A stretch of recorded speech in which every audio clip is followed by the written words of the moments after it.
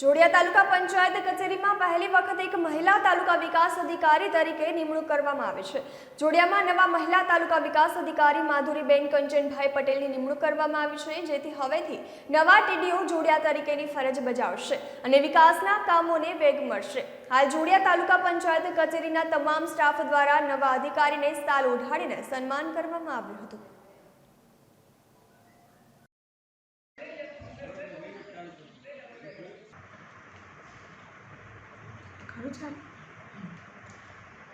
તારીખ 3/12/2020 રોજથી જોડિયા તાલુકા પંચાયતમાં તાલુકા વિકાસ અધિકારી તરીકે સ્વતંત્ર હવાલો સંભાળેલો છે અને અત્રેના તાલુકામાં મારી એ પ્રાથમિકતા રહેશે કે સરકારના જે વિકાસ કાર્યક્રમો છે કે છેવાડાના માનવી સુધી વિકાસના તમામ કામોના લાભ પહોંચે અને અંતરિયાળ વિસ્તારનો કોઈપણ માણસ 100% ઉપયોગ થાય અને એના યોગ્ય પરિણામોથી લોકોની સુખાકારીમાં વધારો થાય અને